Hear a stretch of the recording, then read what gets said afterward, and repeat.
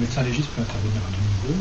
Donc, tout d'abord, au niveau de la levée de corps.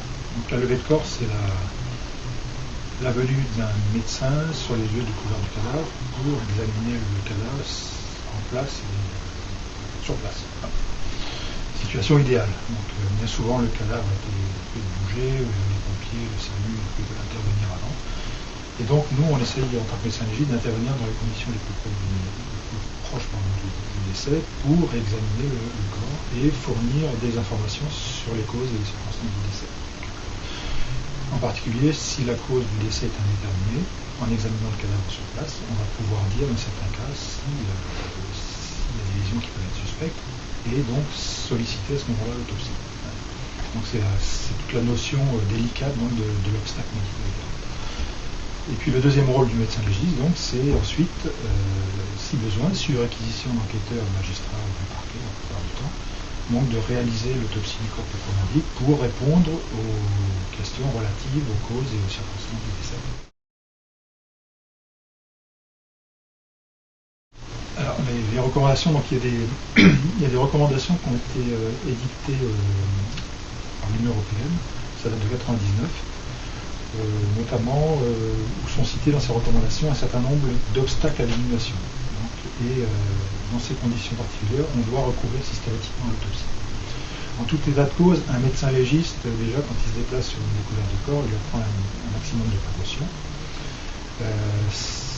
Notamment, si c'est éminemment suspect, il va travailler avec des techniciens de sang de crime. Et il devra, à mon avis, s'intégrer dans l'équipe pour prendre un maximum de précautions et en particulier préserver un maximum d'indices qui seront éventuellement utiles par la suite. Un exemple, quand dans une affaire d'homicide, sur un corps ou dans son environnement, il peut y avoir des résidus de tir, il peut y avoir de l'ADN, il peut y avoir des poils, des fibres, différentes choses qui vont servir pour l'enquête judiciaire. Et il va s'agir d'examiner le corps, de prendre un maximum d'informations sur le cadavre et dans son environnement, mais en respectant au maximum des indices qui vont être ajoutés.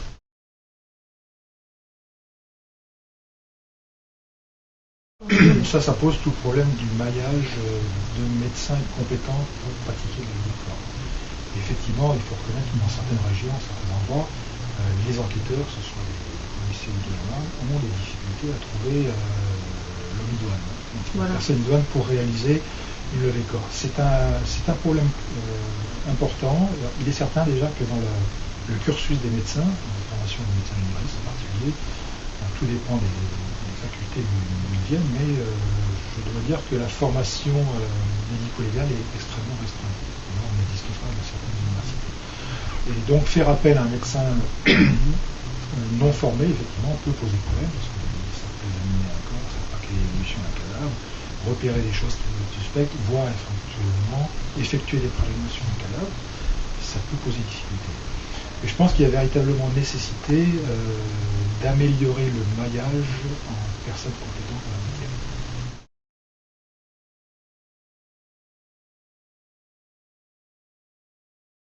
Il y a des propositions qui ont été faites. Il y a le rapport d'Olivier Jardé, donc professeur de médecine à Amiens, qui est médecin légiste. Et puis il y a eu un rapport de l'IGAS, de l'administration, sur la nécessité d'une réforme de la médecine légale.